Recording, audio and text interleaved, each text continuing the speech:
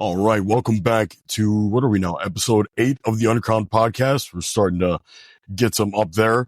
I am back with our friend Anthony Levato, my barber. We saw him. We did a podcast on why men should be involved in politics, and that was prior to our 2024 election. So, with that being said, we brought him back on to kind of do like a little recap, right? To kind of figure out what happened, why it happened, what it's the immediate aftermath of what happened, and where do we take this moving forward, right? So leading up to the election, right, because we were both watching it. We were messaging each other updates and everything. Mm-hmm. What, were you afraid at all? I don't think I've ever been that nervous with anything because this election had a lot weighing on it.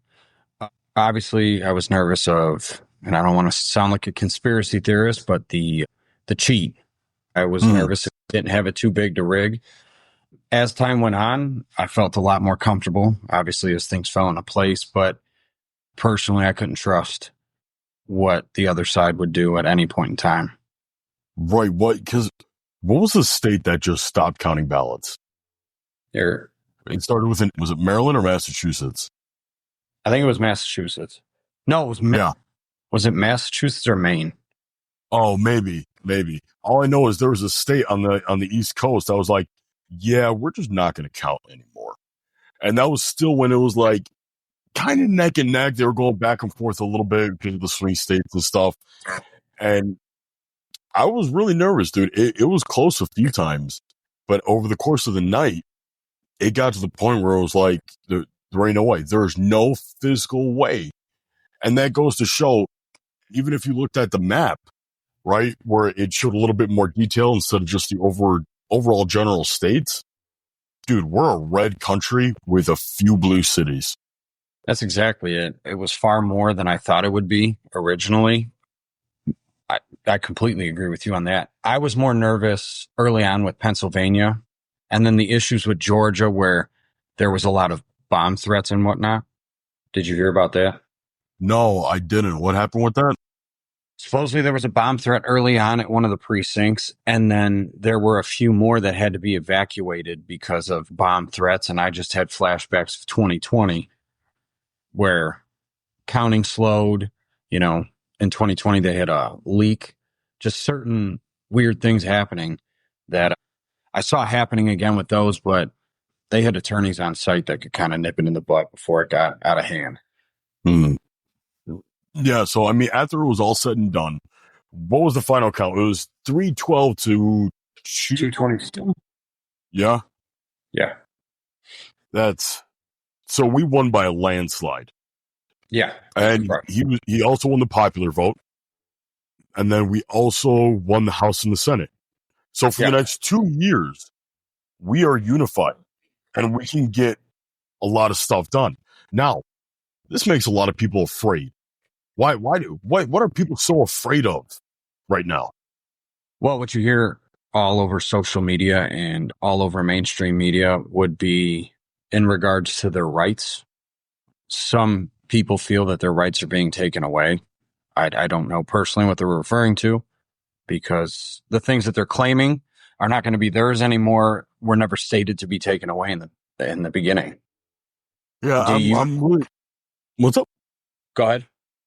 Well, I was gonna say I'm worried about him at least making it to inauguration without something happening, because I know they are investing whatever money they got left into a recount. Yeah, I didn't know which way you were going with that question, but feeding off of what you were saying, I guess Kamala Harris and their campaign is trying to raise more money to put together a recount. Is that for the House, Senate, or the presidential? I would assume it's for the presidential. My only major concern with that is being Kamala raised over $1 billion and is currently $20 million in debt. Right? Off the top of my head, I think she gave Beyonce $10 million, Megan Thee Stallion $5 million, Eminem $1.8 million, and Oprah Winfrey $1 million.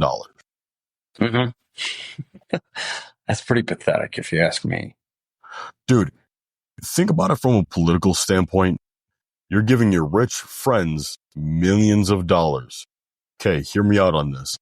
If I were running, right, and I had $1 million, besides, the political ads and, making sure my people can help me run my campaign, what if I just took a few $1 million and just started selecting random American citizens in need?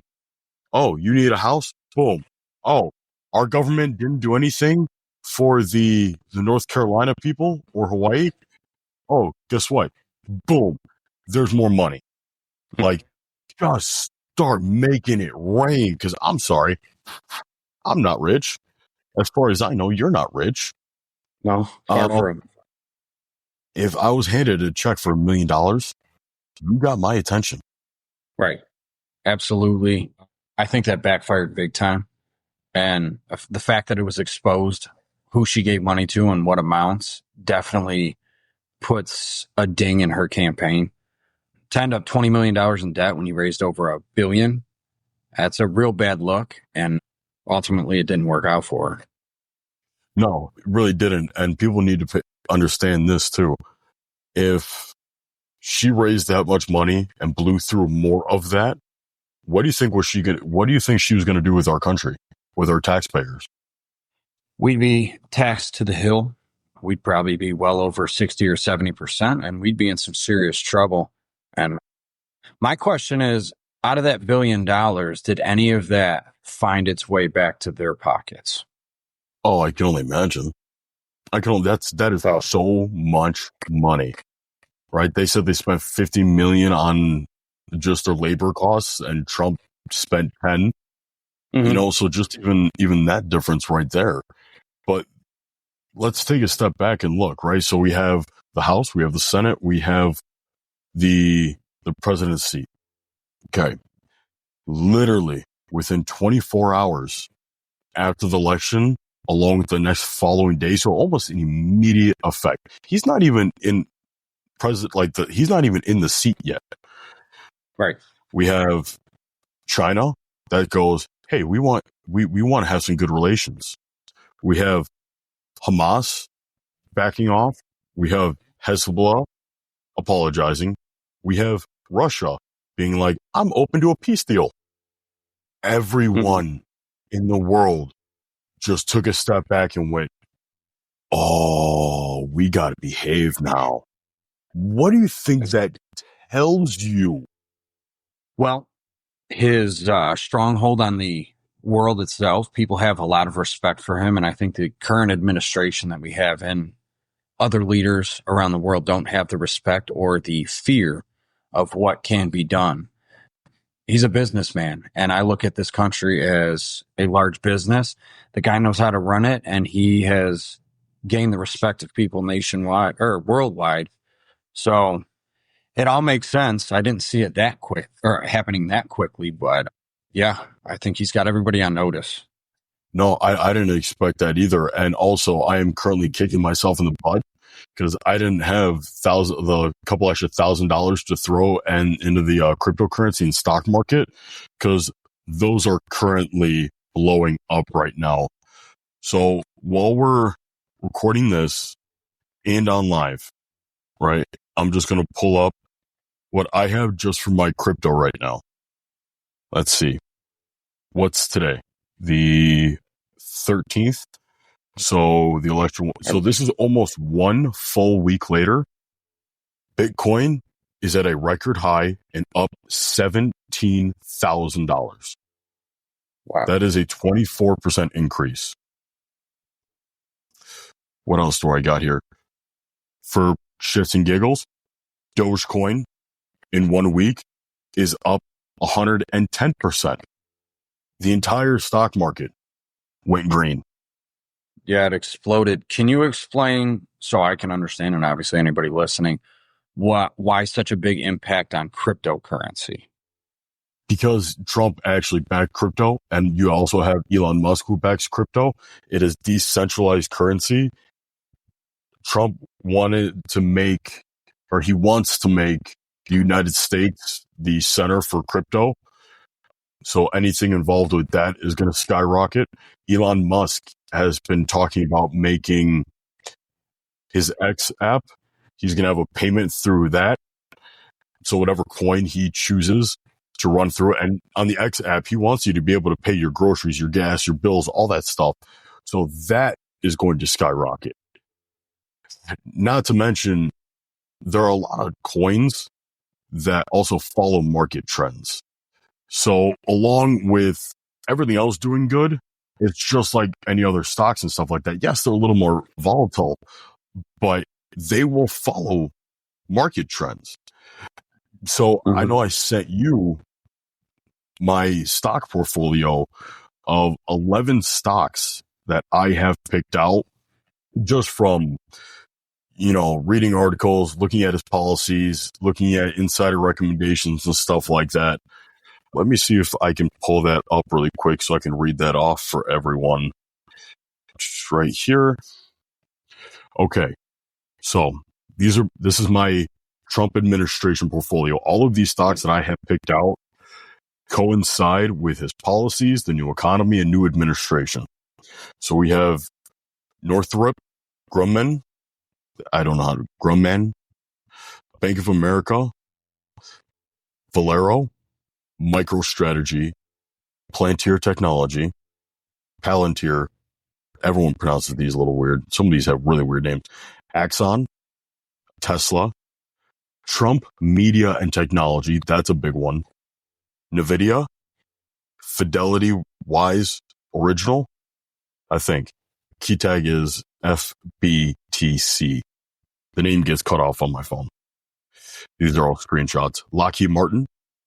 And that is my 11. But all of those all coincide with everything that he's going to want to do with our economy. So as soon as I get extra money coming in, it's going straight into there. Right. It's just crazy how, it's not crazy, but it just goes to show the kind of impact that him and his people in his cabinet have, not only the world, but the stock market and all that. It's only been, like you said, we're actually short of a day. It was 8 days ago. So just over a week. And the impact that it's had is just crazy. And to think that in 3 months or less than 3 months, he'll be in office, I can't tell the future. It's just going to take off like a rocket and our economy will be booming once again. Yep. I know one big thing that I actually am a really big fan of, and I think is a fantastic idea, is that, what's his name? RFK Jr., right? RFK Jr., he distributed out a website called Policies for People. And you can literally go on this website and you can make recommendations on policies that you would like to see enacted. For instance, one big one is every time a bill goes up to the Senate, it's a one bill rule, meaning you can't hide things again and again and again through these giant 1,000-page whatever the hells, and then no one reads through the whole thing. And next thing you know, there are billions of dollars in other people's pockets. That's huge. That I didn't know about that. That's news to me, but I think that's super important because how many times have things been hidden in these bills and we end up sending money everywhere around the world and things get passed that nobody even knew of. Mm-hmm. I didn't know about that. What's it called again? Policies for People. Cool. Yeah, I'll see if I can look it up really quick, because one of the things that I would actually love to see is a mental health or suicide hotline for men. Something where men know they can go and they're more comfortable and they feel heard, and it's specifically tailored to help keep us going. And the reason why I want to be specific with men, because I know the women are going to be like, well, what about us? What about us? Well, guess what? We have a higher rate of suicide. So I'm sorry, but we could use a little more extra love and attention in that manner. Right here. Boom. Policies for People. Now it says, open source policies for a better future. Policies for the People is a public forum where highly informed, experienced, and passionate leaders in their field come together to solve the existential crises facing the country. That's huge. Governing for the people. Who would have thought? Mm-hmm. Yeah. So they have health for the people, food for the people, liberty for the people, economy for the people, and peace for the people. Well, you bring up one thing that you just read, health for the people in regards to the food. You obviously know about RFK's job with the food industry and the changes that he's going to make. I think that's huge, especially in your profession, being a personal trainer. That's something that you're a big advocate for. Just they're hitting on things that I've never seen an administration even talk about that affect people on a daily basis, not just in their pockets, but like health. It's just mind blowing the things that they're attacking. And he's only been president-elect for 8 days. Right. Yeah. I mean, think about all the things that we don't like about the government, everything that is intertwined and interwoven into all the corruption and everything like that. They're basically just trying to go through and attack every single one of those. And honestly, I wouldn't be surprised if a little bit of it this time is personal. They came after his throat. Well, technically his head, because he was shot in the head, but they came after his life. I would not be surprised if this time around it's personal. And he said it himself. He's like, the first time around, I didn't fully know what I was doing. He's like, honestly, I wasn't even expecting to get in. But they bombarded me with a whole bunch of people that said I needed it around me. And so I took their word for it, thinking I could trust them, and I shouldn't have. Because then I got a whole bunch of people and lobbyists and everything around me trying to tell me what to do or how to do my job. And I did the best that I could. But this time around, I know what I'm doing. So watch out. I think that's huge. And at this point, he can't be reelected for another 4 years. So he has nothing to lose at this point, and he has to. In his first administration, he ran on draining the swamp. I think at this point he really has to. And like you said, it's personal. They literally came after him, and this could be a vengeance tour.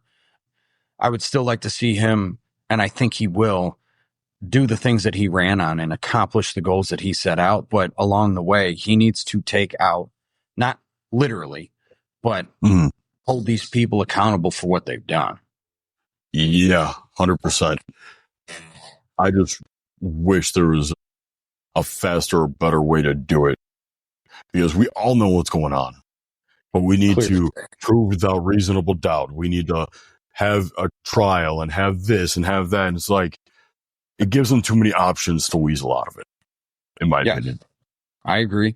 I have to ask you before we move on to whatever the structure of the show is. I've been meaning to ask you at the gym, the JFK files. What does he do, and what's the right approach in your opinion? Because he's talked about airing it out, but that's kind of that's muddy waters. It's a sociological dilemma. Some things are too heavy for the general public to be able to handle. You have to think, you and I might be able to handle something and be like, okay, yep, I understand this. This is what's going on. This is how we need to digest this information. Some people, and a lot of people at that, aren't capable of doing so. For instance,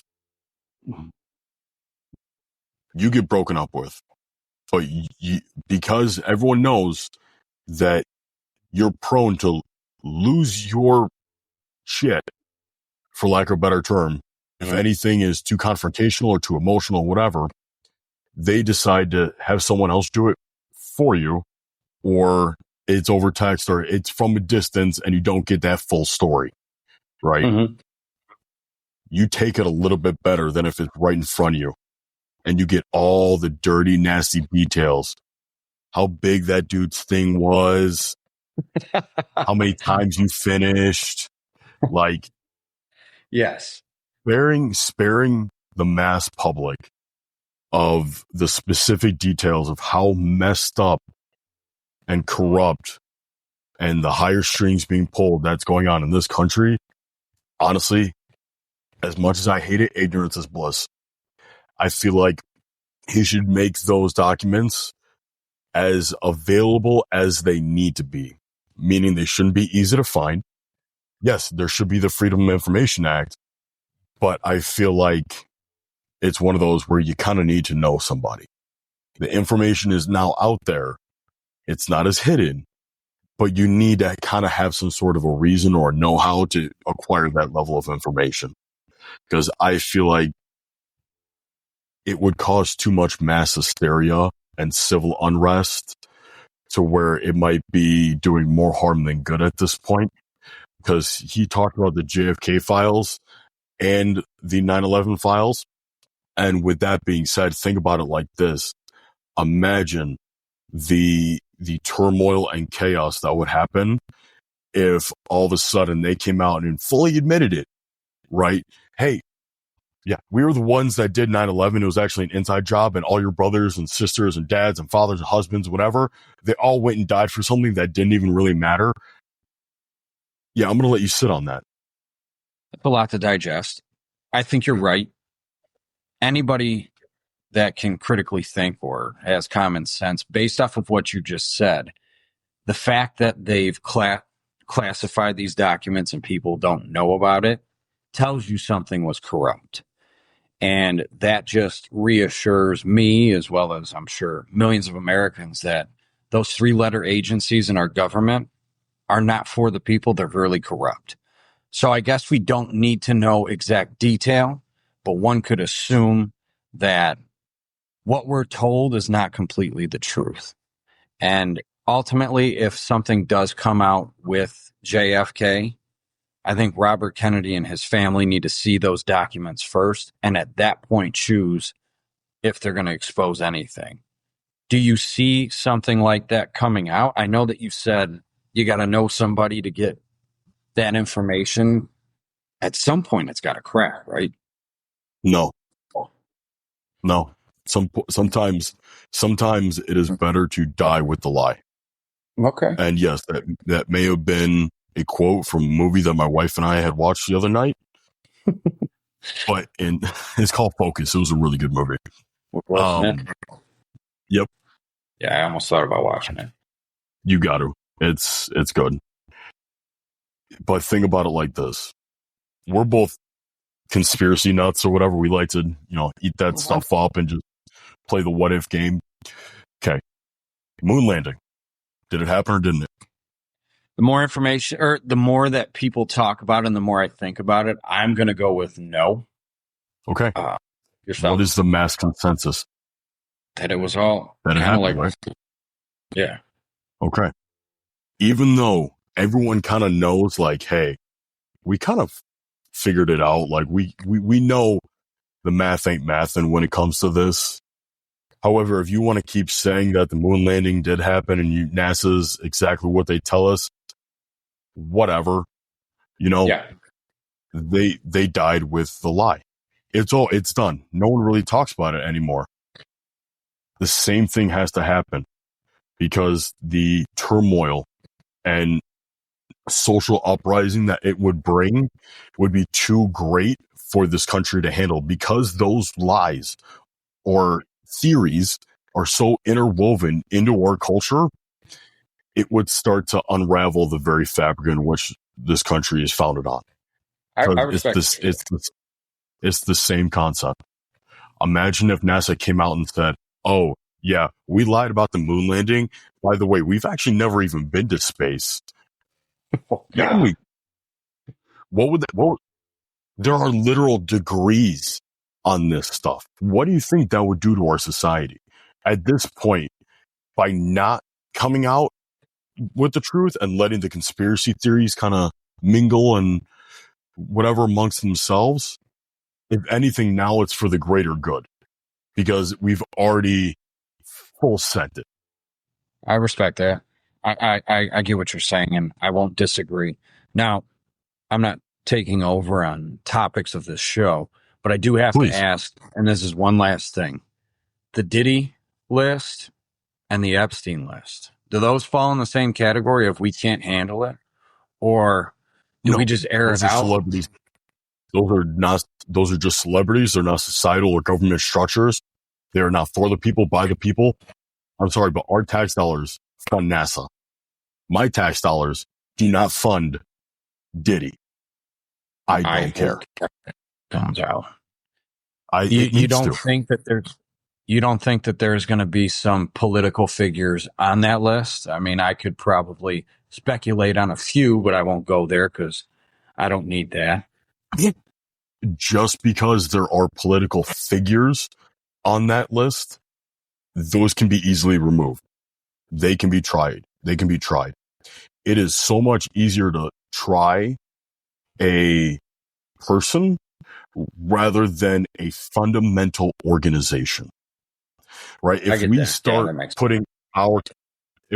putting our White House, our House of Representatives, our Senate, our Constitution on trial, our country is fundamentally torn. Yeah, good point. I didn't think about it like that. Yeah, I agree with you. I hope those lists come out just to add my 2 cents. Yeah. I think it's... So that's why, like, we can get rid of some of the, like, Homeland Security, FBI, CIA. We can kind of meddle with those agencies. Why? Because they're agencies. They are not fundamental to the constitutional United States. Those we can question all day long. We can indict them. We can do whatever we want with them, really. If we had to sit there and go, oh, we now need to hold our entire Senate or our judicial branch, our executive, if we need to hold one of our fundamental branches of government under trial because of a mass lie, our Constitution was built on those 3 legs. You remove one of those legs, we will have anarchy on our hands. Very good point. Thank you for breaking that down. Now I do completely understand what you're saying. Yeah, we'll leave that alone. So, as much as I would love, like, my inner conspiracy theorist, I want to know what's going on in Antarctica. I want to know what happened to the moon. I want to know where I want to see the skeletons in the closet. Confirm my suspicions that the devil himself is really running the show and you are all just pawns. But if they do that, one, that even more supports and or confirms the existence of our true divine creator. 2, it strips them away of all their credibility and power. And 3, we are left to govern ourselves. And where we are as a society right now, we wouldn't be able to handle that. No, not at all. Now, there is one way you could find out. I mean, we could run you for president in 2028, get you in the White House, and you could find out on your own. But well, here's the problem with that, because I would love that. But for some reason, you have to be 35 times 2, because why not? Yeah. Which doesn't make any sense, because our founding fathers were a lot younger. And I do think we need younger people, younger, educated, very stoic people in our government. Excuse me. You got one that could run in 28. He's sitting right next to Donald Trump, J.D. Vance. Correct. I would like to see I like him so far. I want to see what he does as vice president first. Me too. I just like the fact that he's very well spoken, very polished, young, and very good at handling the attacks from the other side. Yeah, he's mature about it. Mm-hmm. He's professional. That's how it should be. Yeah. Next question, real quick. Do you think Joe Biden voted for Trump? Absolutely. I didn't know if I could swear on this. Yes. I've been trying not to swear. Yeah, I'm trying not to either. He looked too happy when Trump came to the Oval Office today and when they met. I think him and Jill were so spiteful towards Kamala Harris, the Obamas in that campaign, and everybody that they did. And her red dress, now this is another conspiracy. The Dems supposedly are not supposed to wear red on election day or something, and she wore a red dress when she went to vote. So I'm going all in. Joe Biden voted Republican down the ticket. Well, maybe not down the ticket, but for Donald Trump. Well, you know that Obama hasn't talked to Kamala either since the election. I didn't know that. Really? That party is so divided. I think they're crumbling. I think wokeism is over, and I think that party is about to dismantle. Yep. Yeah, I think they're either one of two things. And I think Anthony Frisilla talked about this too. They're either freaking out right now because they got caught up finally, or they're laying low because they have something else in the works. And I'm praying it's the first one. Well, I would be too, or I am too, but you know that party. You've watched politics for years. I would have to say, if you know them, we know them all too well. They got something coming. Not speculating, not assuming, but I guess I am assuming. Yeah. Yep. So I mean, moving forward. Go ahead.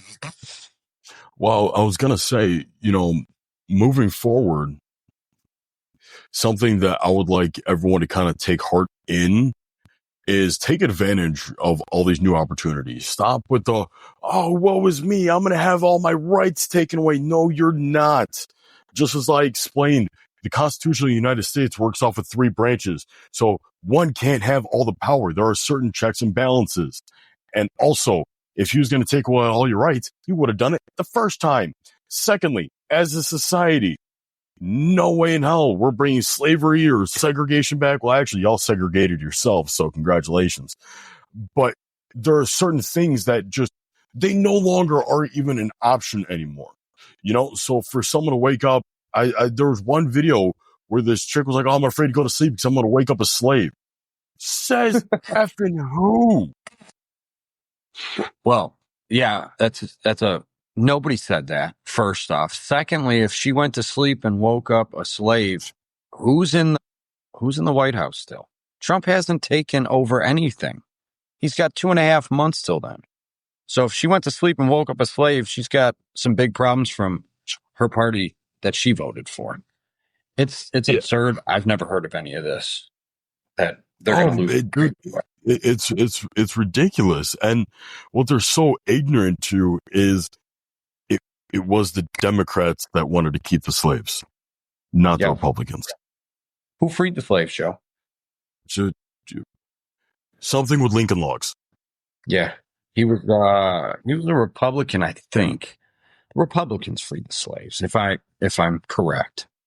So, if mainstream media tells them that the sky is purple, they're going to believe it. Anything that they hear on the news, he's a dictator, he's a fascist, he's going to put us in camps. If it comes from the mainstream media, they believe it. So nothing shocks me at this point, but everybody can relax. We're not going to be slaves. Certain people aren't. And you're not losing your rights.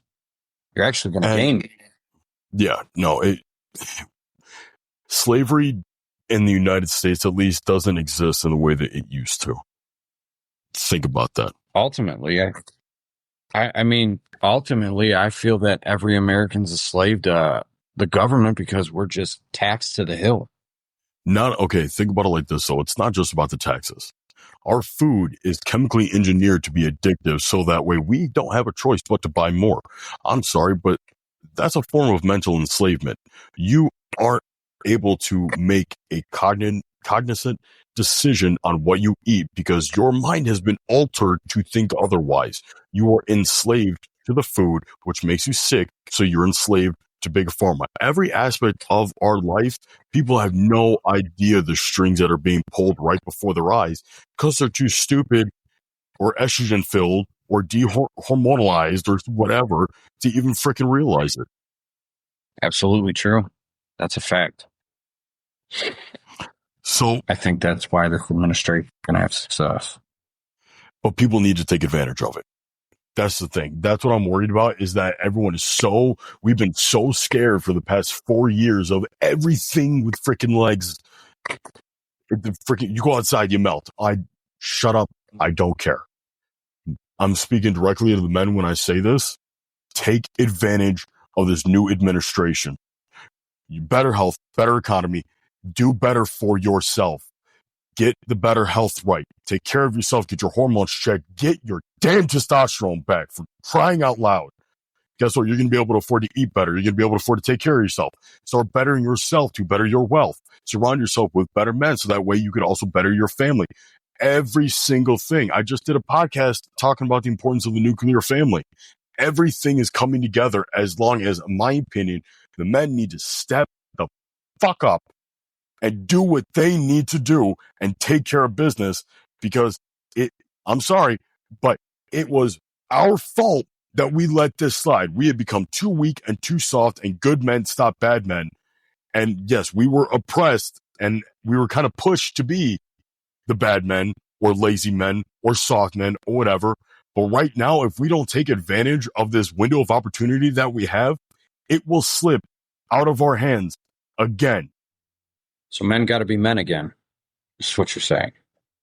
I need to get merch with that. Make men men again. I like it. Make sure you save me a shirt. Oh, 100%. But you know what I mean? It's that I love that saying, strong men bring good times bring soft men bring hard times breed strong men. Right. Yeah. Right now we are in the times of soft men and hard times.